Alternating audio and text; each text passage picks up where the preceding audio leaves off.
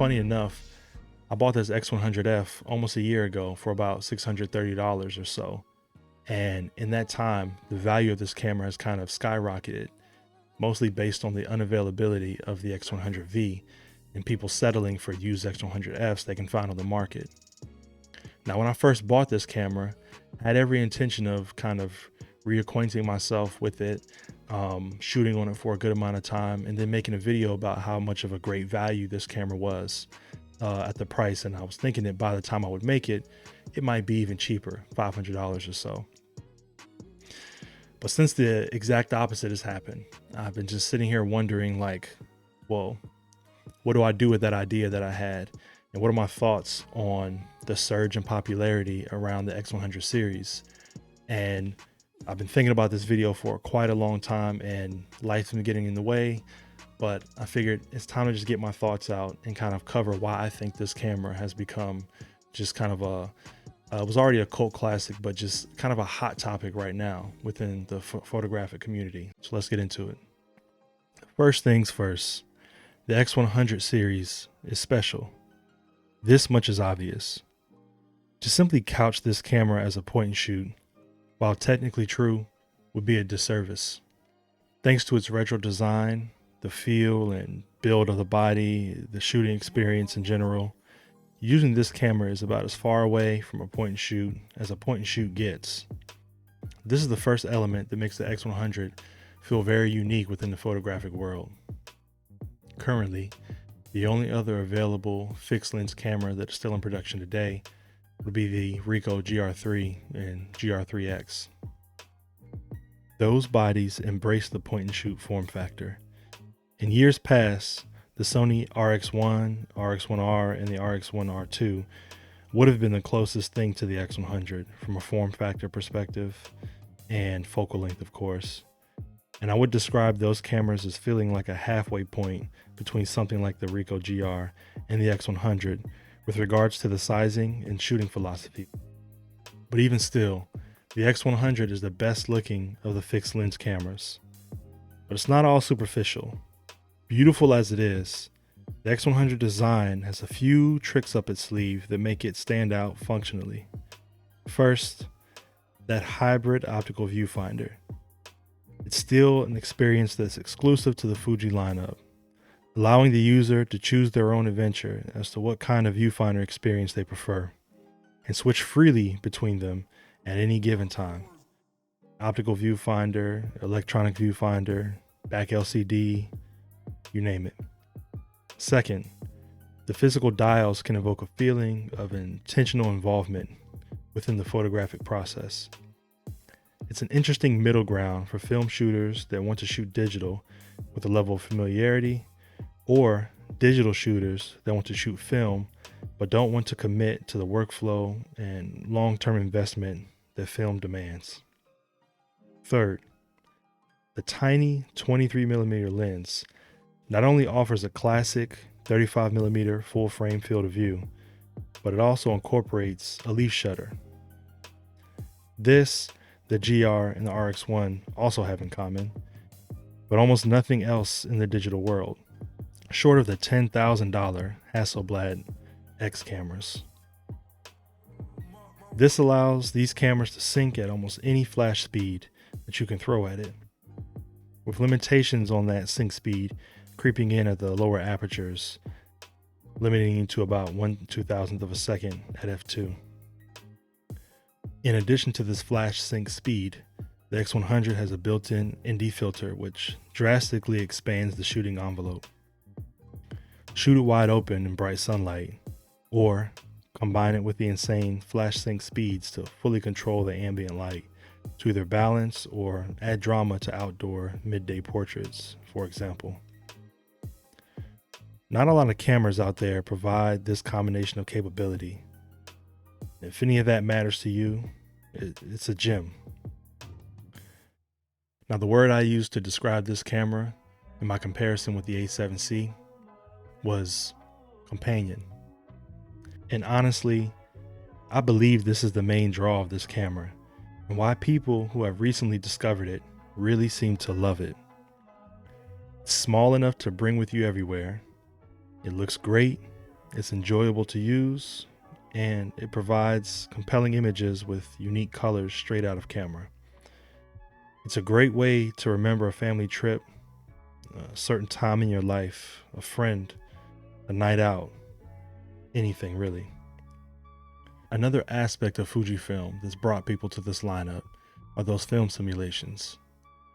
With websites and communities cropping up all over, dedicated to film recipes, if you will.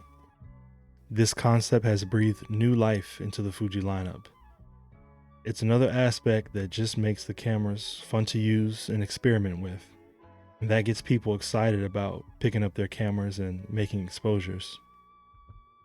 And some may see it as a gimmick, but others find this capability to be a reoccurring fresh breath of air into their inspiration. Now let's get back to that shooting experience. And sure, the camera can be set to any combination of automatic or semi-automatic program modes as we all know it. But it definitely feels more at home when you experience the twists and clicks of the dials in the aperture ring.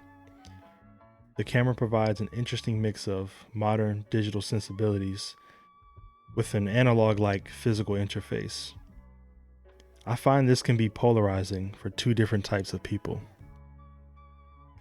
If you are looking for a modern, high-tech camera, like your typical Sony, Canon, or Nikon, you will, I think, be disappointed. Similarly, if you are looking for something more akin to shooting a classic rangefinder body, like a Leica M camera, I think you also most likely be disappointed. It is both and neither at the same time. Not quite far enough in either direction if you're looking for the pure experience of either. Instead, what you will get with the X100 is somewhere in the middle. For some, they are comfortable here. It's just different enough from what they have used so that it provides a refreshing experience. For others, they will buy and quickly sell this camera, moving on to going all in for the rangefinder experience with the Leica, or turning towards another mirrorless body with a more modern physical interface that will offer a level of familiar comfort. Not only have I seen this time and time again, I've actually done it myself. The original X100, bought and sold. The X100S, bought and sold. The X100F, you guessed it, bought and sold. And then I bought it again. For me, I'm just looking for ways to enjoy the photographic process. So I have learned that I enjoy this camera the most when it's a companion or alternative to other gear that I have. It's a nice break from a DSLR or Viewfinder humped mirrorless camera without requiring the type of investment that shooting an M camera would, for instance, both digital and film. There are some other people that can use this as their only camera body, which I think could be a beautiful experience if it fits your use case. But for me, at least for the time being, I have a need for autofocus speeds and focal lengths that this camera cannot provide. But for those lucky enough to not need that, the available wide and telephoto lens attachments can provide just enough flexibility to make this your one and done solution. 28, 35, and 50 millimeters. Say all that to say that this camera is definitely special, but it's been that way from the very first introduction of the X100 10 years ago.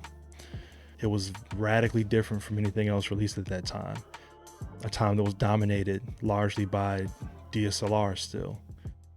And so for a photographer, particularly a working photographer, who had to rely on these big hunking tools all day to make a living, this was a real breath of fresh air and reinvigorated their personal love for photography, I think. And as someone who had the original one and several of the others along the way, this surge in popularity, I've seen it before. It's kind of come and gone, each time growing a little bit more at its peak. As more and more people become exposed to this camera, the concept of having something that you just love to use, that looks great, it's very different, that just gives you a break from the things that feel like straight computers that we take pictures on these days. It's a nice breath of fresh air, and I'm not surprised at all that it's kind of skyrocketed in popularity. Now, you couple that with some of the pandemic shortages and supply chain issues in general, and it's no wonder that this camera, the X100F I should say, was just never in stock for the past year and a half, 2 years maybe. And people are paying way over retail just to get their hands on it. Now, if you're looking for something that has some of those retro sensibilities with some of the creature comforts of shooting a more modern mirrorless body, and you love the retro design, and you're looking for something fairly compact, not quite Ricoh GR compact, of course, but if you're looking for that, I mean, if you know what you're getting into, I definitely think that the X100 series will be great for you. Ultimately, if you're thinking you're going to buy this because you want a Leica and this is the closest thing you can get to it, I'd say keep saving and get a Leica if you know that's what you really want, because this is not that. It's hard to compare them even outside of superficially, I think, but the shooting experience is very different. Similarly, if you're looking for the most high-tech and performant body you can find, you're looking in the wrong place. This is just not going to be it. If you're looking for one of those experiences or the others, I don't think this is the camera for you, and I don't think you should even waste your time, especially now with how the prices have gone up. One toe in the analog world, a big foot in the digital world, but not the best of either. So if you know that going in and you're still interested in it, I can definitely recommend this camera to you. It's a great camera. It's the reason why I've bought and sold this camera 3 or 4 times already is because every time I think I can get away from it, it keeps calling me back. And every time I sold it, there was something I was missing. Particularly when I was shooting paid gigs, I was left with this hole where I didn't want to pick up any of those other cameras to shoot with because they just weren't fun. And when I did, it felt like work.